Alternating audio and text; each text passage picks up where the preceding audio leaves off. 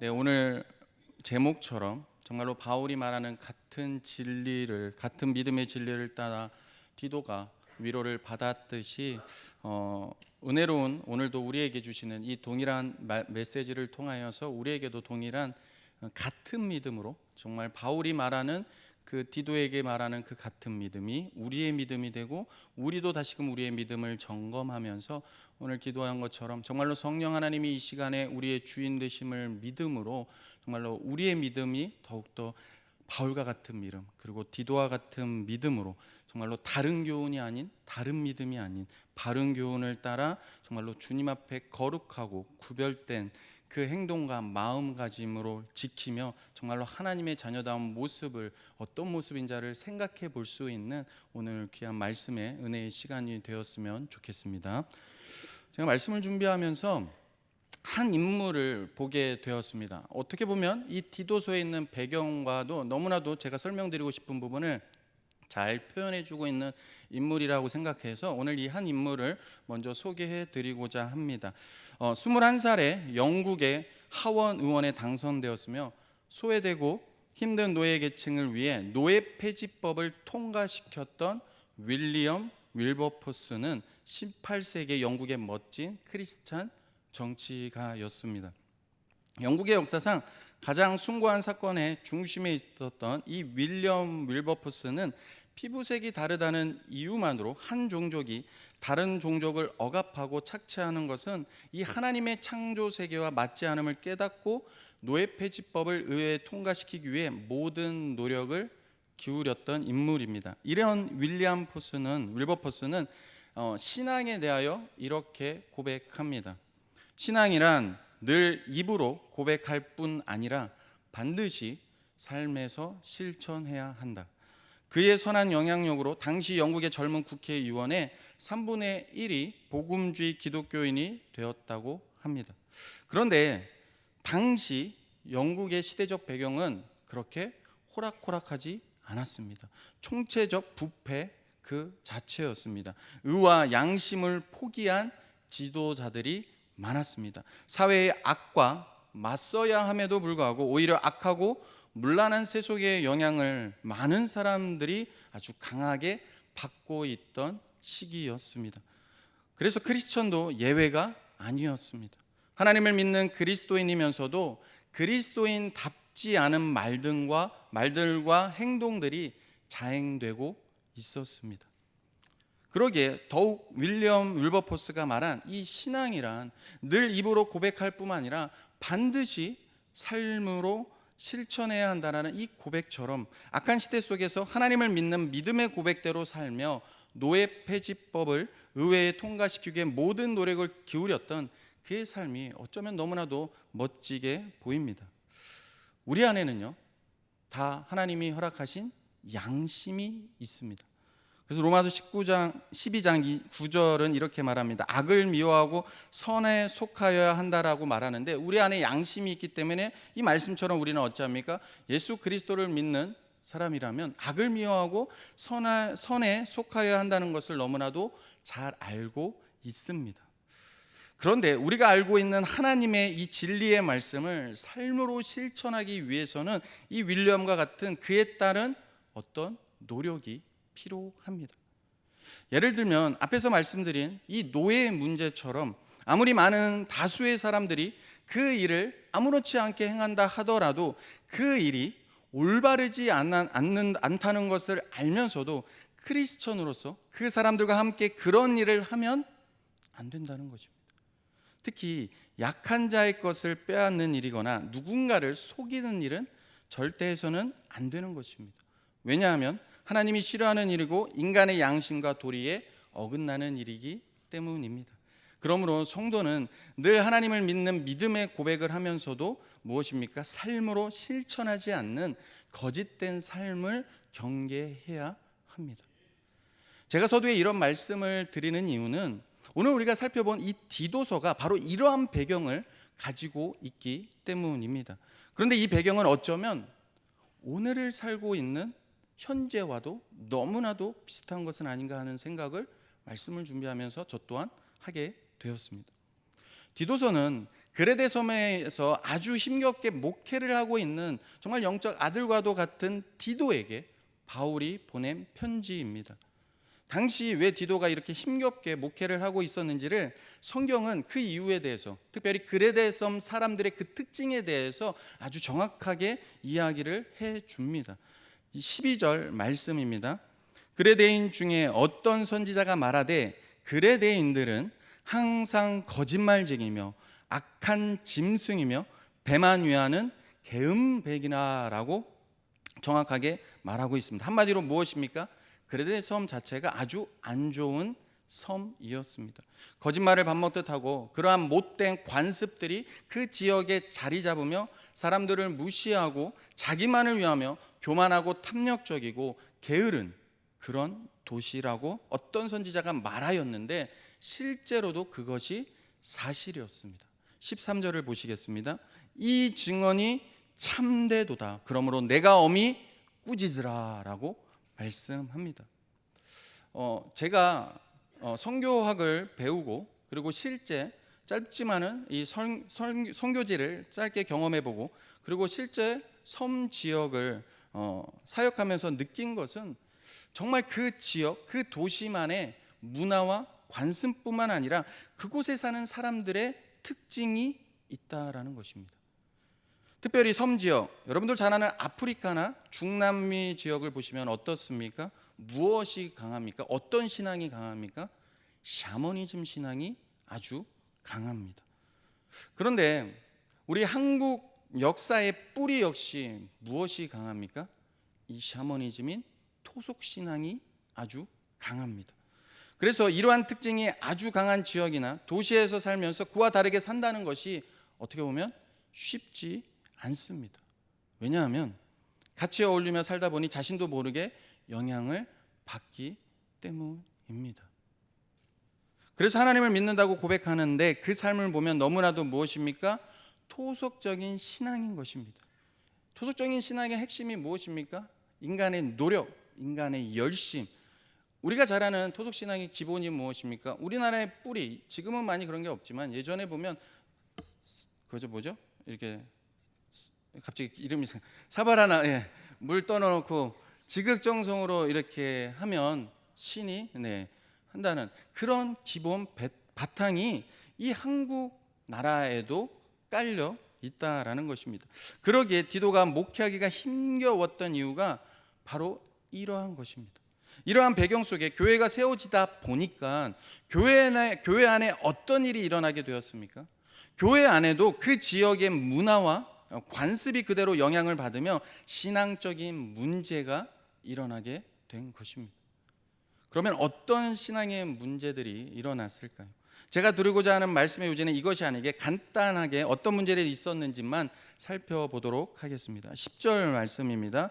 불순종하고 헛된 말을 하며 속이는 자가 많은 중 할례파 가운데 특히 그러하니.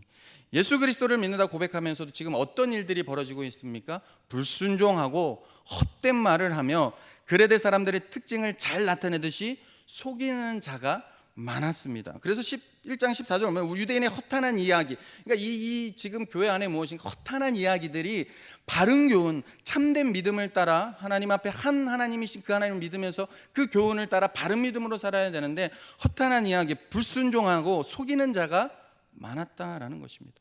즉 하나님의 진리에 대한 가르침대로 지키며 말씀대로 순종하는 삶을 살아야 하는데 그렇지 못했다라는 것입니다. 더 심각한 것은 16절 말씀입니다. 우리 16절 말씀을 같이 한 목소리로 읽도록 하겠습니다. 그들이 하나님을 시인하나 행위로는 부인하니 가증한 자요 복종하지 아니하는 자요 모든 선한 일을 버리는 자니라. 앞에서 말씀드린 윌리엄 윌버포스는 자신이 말한 신앙 고백대로 삶으로 실천하였습니다. 쉽지 않은 결단이었지만 정말 그 어려운 총체적 부패적인 그 나라의 형편 속에서도 하나님의 백성으로서 하나님이 주신 그 양심과 믿음을 지키기 위하여서 기꺼이 하나님이 주신 마음의 감동대로 그 한 사람이 온전히 하나님의 그 나라를 위해 헌신했습니다. 이것이 바로 참된 신앙입니다. 그러기에 우리가 무엇을 경계해야 합니까? 거짓된 삶입니다. 믿음과 삶이 하나여야 되는데 모든 선한 일을 버리는 믿음과 삶이 다른 거짓된 삶을 경계해야 합니다. 15절 말씀입니다. 깨끗한 자들에게는 모든 것이 깨끗하나 더럽고 믿지 않은 자들에게는 아무것도 깨끗한 것이 없고 오직 그들의 마음과 양심이 더러운지라. 여러분, 왜 이런 심각한 일들이 벌어졌습니까? 하나님을 시인하면서 왜 그 행위를 부인하게 되었습니까? 왜 하나님이 이들을 향해 가증한 자요 복종하지 않은 자요 모든 선한 일을 버리는 자라 말씀하셨습니까? 그들의 마음과 양심이 더러워졌기 때문입니다. 사랑하는 성도 여러분, 인간은 누구나 옳고 그름을 판단하는 양심이라는 것을 가지고 있습니다. 그러나 양심이 이끄는 대로만 행하기에는 여러 가지 유혹이 우리 마음을 어지럽히기도 합니다. 그러다 보니 다른 사람도 다 그러는데 뭘 하며 슬쩍 양심의 소리를 눌러버리기도 할 때가 있습니다. 그러나 우리는 영적으로 늘 민감해야 하고 바른 교훈을 따라 바른 모습을 통해서 성령을 근심케 하는 일을 하지 않도록 주의해야 합니다. 이것이 바로 성도의 본분입니다. 그러기에 나의 모습을 누군가가 융통성이 없거나 고리타분하다고 할지라도 하나님을 믿는 믿음대로 실천하는 삶이 주의 이름을 높이며 영화롭게 하는 경건한 우리의 모습이라는 것을 결코 잊지 말아야 합니다.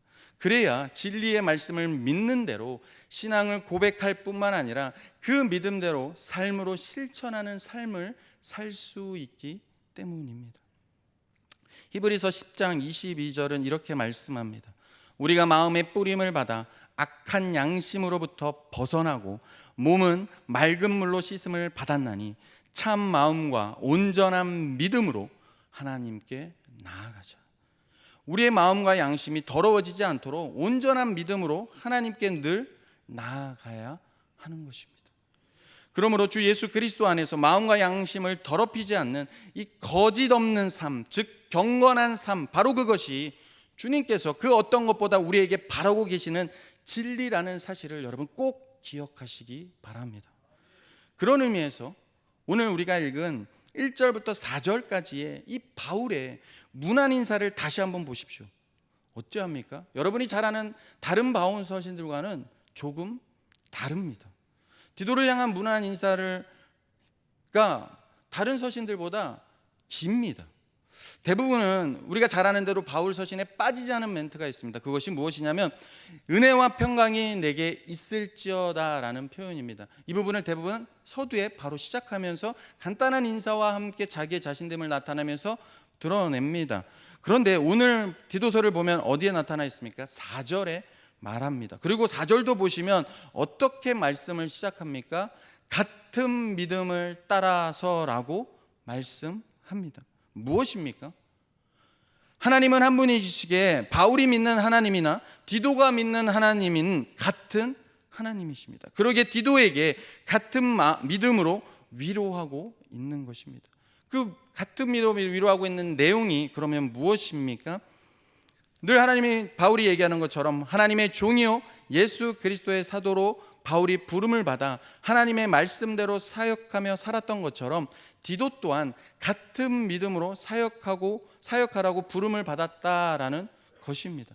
그런데 이는 단순히 목회자인 디도에게만 제한되는 이야기가 아니라 지금 이 시간 예수 그리스도를 믿음으로 거듭난 하나님의 자녀로서 말씀대로 살고자 예배를 드리는 저와 여러분을 향한 말씀이기도 하다는 것입니다. 우리는 디모데서나 디도서를 읽으면 목회자에게 허락하느니 아니면 직분자를 세울 때만 이야기할 때가 종종 있습니다. 네, 그것도 맞습니다. 그러나 더 중요한 것은 무엇입니까? 같은 믿음이라는 것입니다. 말씀대로고자 예배를 드리고자 말씀대로 내가 하나님을 믿는다 입으로 고백하고 그 믿음의 고백대로 삶을 살고자 하는 우리를 향한 하나님이 우리에게 주시는 메시지요 교훈이라는 것입니다. 한마디로 지금 바울이 말하는 것은 같은 믿음을 따르는 삶을 그러기에 살라라는 것입니다. 그러기에 같은 믿음에 대한 내용이 중요하다고 생각합니다. 그러면 같은 믿음에 대한 내용이 무엇일까요? 1, 2절 말씀입니다. 제가 읽어드리겠습니다. 하나님의 종이요 예수 그리스도의 사도인 나 바울이 사도된 것은 하나님이 택하신 자들의 믿음과 경건함에 속한 진리의 지식과 영생의 소망을 위함이라라고 말씀합니다. 여기 보시면 바울은 자기 자신을 하나님의 종이요 예수 그리스도의 사도로 자신을 소개하며 자신이 그렇게 사도된 것은 무엇을 위함이라고 말씀하고 있습니까? 하나님이 택한 자들의 믿음과 경건함에 속한 진리의 지식과 영생의 소망을 위함이다라고 말하고 있습니다. 그런데 보시면 지금 이 편지는 누구를 위해 쓰고 있는 것입니까? 힘겹게 그레데 섬에서 목회하고 있는 디도입니다. 디도에게 믿음에 대하여 이야기를 먼저 하는데 어떤 믿음입니까? 하나님이 택하신 자들의 믿음입니다. 여러분, 우리도 같은 믿음을 가져야 합니다. 우리는 하나님을 믿는 믿음으로 지금 예배를 드립니다. 그런데 하나님께서는 이미 창세 전에 우리를 그리스도 안에서 하나님의 자녀 삼아 주셨습니다. 우리가 잘 아는 에베소 1장 4절 말씀입니다. 곧 창세 전에 그리스도 안에서 우리를 택하사 우리로 사랑 안에서 그 앞에 거룩하고 흠이 없게 하시려고 그 기쁘신 뜻대로 우리를 예정하사 예수 그리스도로 말미암아 자기의 아들들이 되게 하셨으니라고 말씀합니다. 바울이 이 진리를 너무나도 사랑했습니다. 예정론이라도 하죠. 그래서 바울 서신 로마서 또 에베소서를 비롯한 여러 곳을 보면 바울이 이 진리를 많이 언급하고 있습니다. 그런데 지금 이 진리를 누구에게 다시금 말하고 있습니까? 디도입니다. 앞에서 말씀드린 대로 그레데 섬의 배경과 그곳의 성도들의 상황을 한번 상상해 보십시오. 열심히 목회를 하고 있는 디도가 어떤 마음이 들었을까요? 바울은 왜 다른 서신들과 다르게 디도에게 안부 인사를 하면서 바울이 너무나도 사랑한 이 진리를 가장 먼저 언급하고 있는 것일까요? 3절을 보시면요, 우리가 너무 잘 아는 전도라는 말이 나오는데 후반절을 보시면 이 전도는 무엇입니까? 우리 구주 하나님이 명하신 대로 내게 맡기신 것이라 라고 말씀합니다. 그런데 우리는 이런 말씀을 들을 때 그냥 밖에 나가 전도하는 것으로만 생각하는 경우가 종종 있습니다. 그런데 여기에 전도의 원어적 의미는 무엇이냐면 선포하다입니다. 그러니까 이는 곧 복음을 선포하는 설교를 말합니다. 제가 목회자로서 한때 이렇게 심각한 고민에 빠진 적이 있었습니다. 그것은 감사하게도 부족한 종의 설교를 듣고 은혜 많이 받았습니다. 그런 말씀들을 종종 하는 분들의 말을 듣고 제가 이제 목회를 시작하는 초창기에는 참 어린아이 같은 믿음 같아요. 내가 잘해서 내가 역시 잘했지, 그런 마음이 생각했습니다. 그런데 사역을 하면서 느끼는 것은요, 그렇게 은혜를 받았다는 분들이 있는데 정작 그들의 삶이 변화되지 않는 자기중심적인 신앙생활 하시는 모습들을 자꾸 보게 된다는 것입니다. 그러면서 설교자로서 이 회의감이 들 때가 있었습니다. 그러나 하나님의 은혜로 나로 더 성숙하게 깨닫게 하시는 것, 저로 더 깨닫게 하시는 것이 무엇이냐면, 한 영혼이 주께 돌아오는 것은 나의 능력에 달려있는 것이 아니라 오직 하나님의 주권적인 선택에 달려있다는 것을 깨닫게 되었습니다. 지금 바울이 그 이야기를 하고 있는 것입니다. 디도에게 그 이야기를 하고 있다는 것이죠. 디도에게 내가 할 수 있는 최선을 다하지만 결과는 하나님께 있다라는 믿음으로 사역을 하라라는 것입니다. 왜냐하면 한 영혼이 하나님을 믿는 믿음은 내가 말을 잘해서도 아닌, 나의 어떠함이 아닌 오직 하나님의 손에, 하나님의 능력에 달려있기 때문입니다. 오늘 오전에 저희 초등부, 제가 가르치는 초등부 정도연 아이가 참 감사하게 어린이 세례를 받았습니다. 근데 그 어저께 마지막에 문답식을 하는데 저도 몰랐던 사실을 알게 되었습니다. 그것이 무엇이냐면, 문답을 하면서 너가 하나님이 주신 꿈이 있다고 믿니? 꿈은 뭐야? 그랬더니 어머님이 옆에서 하시는 말씀이 꿈이 자꾸 바뀌어요. 그러더니 그럼 지금은 꿈은 뭡니까? 괜찮습니다. 저도 어렸을 때 많이 바뀌었습니다. 그러더니 하시는 말씀이 지금은 목사가 되는 게 꿈이랍니다. 왜요? 그랬더니 목사님을 너무 좋아해요. 그래서 목사님 보고 목사님 되고 싶다고 꿈이 바뀌었다는 겁니다. 사랑하는 성도 여러분, 저는 이런 간증을 할 때 만일에 이 부분만 얘기하면 어떻게 됩니까? 우리는 우리 한국교회가 이미 그렇게 많이 했습니다. 전도를 할 때 얼마나 많은 숫자로 얼마나 많은 사람들을 전도해왔다. 그래서 뭔가 내가 열심을 내서 하나님의 나 같은 자를 사용하는지 모르고 우리는 그걸 했다라는 것이죠. 그런데 여러분, 한번 제가 이 고백을 드리는 것을 이렇게 오해하지 마시고 이렇게 들어보시죠. 만일에 제가 설교를 하는 데 있어서 많은 아이들이 있습니다. 25명의 아이들, 제적이 30명이고 평균 출석이 20명에서 25명까지도 올 때가 있습니다.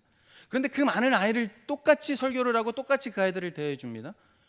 그런데 유독 그 한 아이만 그런 고백을 했고 하나님이 나로 그 고백을 듣게 하셨습니다. 나의 어떠함일까요? 내가 그 아이만 유난히 잘 가르쳐서요? 아니라는 것이죠.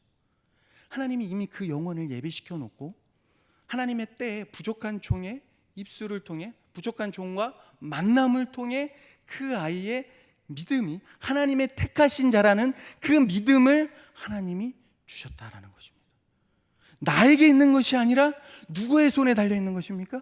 하나님의 능력에, 하나님의 때에 하나님이 택하신 믿음이라는 것입니다. 그것을 지금 사도 바울이 자신을 하나님이 사도되게 하신 것은 바로 이러한 진리이고, 디도에게도 같은 믿음을 따라 비록 저들이 다른 교훈을 따르며 바른 믿음으로 서지 못하는 부분이 있더라도 위축되거나 주눅들지 말고 담대하게 하나님의 부르심을 받은 사도로서 맡은 자에게 구할 것은 충성이라는 말씀처럼 충성하면서 결과에 연연하지 말며 낙심하지 말라는 것입니다. 사랑하는 성도 여러분, 이 은혜를 알면 알수록 더 게으르게 될까요? 결과는 그래 하나님께 있어, 아유 나는 여기까지만 하면 돼, 이렇게 할까요? 아니라는 것이죠. 그 믿음이 있다면, 하나님이 택하신 믿음이 않다면 그때가 바로 지금이지 않을까, 그때가 지금이어야 됩니다 라는 사모함으로 더 충성하고 더 하나님 앞에 담대하게 된다는 것이죠. 오히려 그 상황에 주눅드는 것이 아니라. 그런데도 우리는 자꾸 어떻습니까? 좋은 결과가 나오면 하나님께 영광이라고 말하면 실상은 내가 잘해서, 내가 얼마나 열심히 준비했는데 라는 마음이 생깁니다. 그래서 실제 결과 중심, 교회 숫자를 가지고 목회를 잘하네 못하네 하지 않습니까? 한국 교회가. 그런데 정말 그 숫자적 성장과 부흥이 비례한다면, 성경에 말하는 열매를 알리라, 열매가 단순히 숫자적인 그 열매라면, 그것이 비례한다면 어찌 한국 교회는 점점 그 천만을 자랑하던 말은 어디로 가고 쇠퇴하게 된 것일까요? 우리는 묻지 않을 수 없습니다. 그러게 하나님의 택하심에 대한 믿음이 바울과 같이 확실해지면 어떤 현상이 일어나게 됩니까? 결과에 연연하기보다 더욱 나 같은 자를 부르신 하나님의 놀라운 축복과 그 은혜 안에서, 경건함에 속한 진리의 지식 안에서 영생을 소망하며 살게 하십니다. 사랑하는 성도 여러분, 하나님께서는 복음을 통해 구원에 이르는 믿음을 우리에게 선물로 주셨습니다. 우리는 이것을 하나님의 은혜라고 고백합니다. 그래서 구원받았다는 것은 무엇입니까? 하나님의 은혜를 경험했다는 것입니다. 그러므로 저와 여러분은 하나님의 은혜로 구원받은 하나님의 자녀입니다. 누구도 이것을 자랑할 수 없습니다. 그러기에 에베소서 2장 8절 9절에 이렇게 말씀합니다. 너희는 그 은혜에 의하여 믿음으로 말미암아 구원을 받았나니 이것은 너희에게서 난 것이 아니요 하나님의 선물이라. 행위에서 난 것이 아니니 이는 누구든지 자랑하지 못하게 함이라 라고 말씀합니다. 그러기에 하나님의 은혜로 말미암아 예수 그리스도를 인격적으로 믿음으로 영접한 구원받은 하나님의 자녀는 어떻게 됩니까? 그 은혜 받은 것에 머물지 않습니다. 그보다 하나님의 진리의 말씀을 통해 더욱 거룩하고 경건함에 이르고자 합니다. 왜냐하면 참된 진리의 지식은 우리로 교만하거나 남들보다 내가 더 알을 자랑하고자 하는 것이 아니라 경건을 불러일으키기 때문입니다. 그래서 정말 저는 리더자로서 이 앞에서 마이크 들고 쓰는 걸 두려워합니다. 근데 자꾸 하나님은 저를 세우십니다. 근데 여러분은 어떻습니까? 마이크 잡는 것을 자랑하고 있지는 않습니까? 이 마이크요, 하나님 앞에서 말씀 전하는 거예요.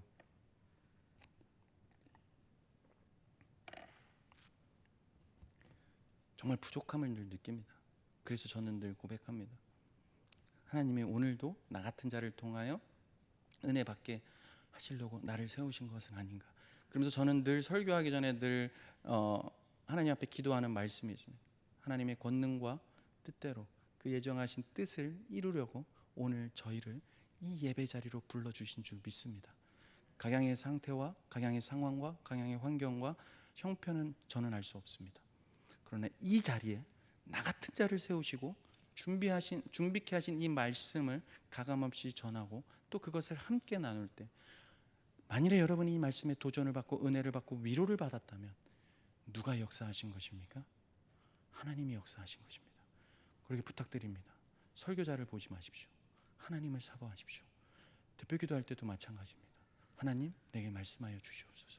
내가 듣기를 원합니다. 이 믿음으로 서셔야 합니다. 그런데 자꾸 왜 한국교회가 힘을 잃어갑니까? 사람을 봅니다. 네, 압니다. 여기에 있는 사람이 먼저 보이는 게 우리의 연약함입니다. 그러나 사람을 먼저 보십시오. 사람을 먼저 보지 마십시오. 사람을 먼저 보면요, 아까도 말씀드렸죠, 하나님의 진리는요 우리를 교만하게 만드는 것이 아니라 더 거룩하게 만듭니다. 더 경건하게 만듭니다. 근데 사람을 먼저 보게 되면 자꾸 교만해집니다. 그 사람을 가지고 판단합니다. 그러지 마시라는 것입니다. 다시 말해, 그게 경건을 불러일으킨다는 것은 하나님의 말씀에 걸맞는 삶, 하나님을 믿는다고 고백한 대로 삶으로 실천하는 신앙과 삶이 하나 되어지는 경건한 삶을 살고자 한다는 것입니다. 뿐만 아니라 경건함에 속한 진리 안에서 더욱 무엇을 소망하게 됩니까? 영생을 소망하며 살아갑니다. 여러분, 영생의 소망을 위하여 살고 계십니까? 우리가 정말 영생을 소망하며 산다면 이 세상에 살면서 비록 힘들지만 참을 수 있습니다. 억울한 일을 당하지만 견딜 수 있습니다. 왜냐하면 나와 늘 함께 하시는 주님이 나로 이 힘겨운 인생이 나그네 같은 인생임을 알고 영생을 소망하게 하시기 때문입니다. 하나님이 우리에게 허락하신 영생은 그러기에 가짜가 아닙니다. 진짜입니다. 하나님은 거짓말하지 않으시는 분이십니다. 부끄러운 고백이지만 이런 고백까지 해야 될지 모르겠지만, 여러분은 죽음을 두려워하십니까? 저는 죽음이 두렵지 않습니다. 그래서 아내한테 가끔 그런 얘기를 합니다. 빨리 자꾸만 죄를 더 짓는, 살면 살수록 죄만 더 짓는데 빨리 죽었으면 좋겠다. 나의 소원은 그거다. 여러분 웃으신 것처럼 그래서 아내한테 맨날 혼납니다. 남겨진 나와 내 자녀들은 어떡하려고 그리고 무책임한 소리를 할 수 있냐고. 네, 무책임한 소리죠. 저의 생명도 제 게 아니죠. 하나님의 것이죠. 근데 정말 그렇다는 것이죠. 하루하루 살면 살수록 짓는 건 죄밖에 없다는 겁니다. 그러기에 저는 영생을 꿈꿉니다. 그리고 저는 제가 가리키는 모든 이들에게 늘 처음부터 끝까지 동일한 고백을, 도전을 드립니다. 여러분, 처음부터 끝까지 여러분이 지금 첫 공부를 하시면서 믿는 예수 그리스도, 여러분 죽을 때까지 예수 그리스도만을 생각하십시오. 예수 그리스도만을 붙잡으십시오. 하나님은 그 외에 다른 것을 우리에게 요구하지 않으십니다. 이 믿음입니다. 그러기에 바울도 이 영생이 진짜에게 뭐라고 말합니까? 2절 후반절을 보시면 이 영생은 거짓이 없으신 하나님이 영원전부터 약속하신 것이라 라고 선포합니다. 비록 주의 일을 힘쓰다가도 자주 실망하고 낙심될 때가 있습니다. 그러나 그것이 전부가 아닙니다. 이 땅의 고통은 잠시입니다. 왜냐하면 우리의 인생이 나그네 인생이기 때문입니다. 그러나 영생은 영원합니다.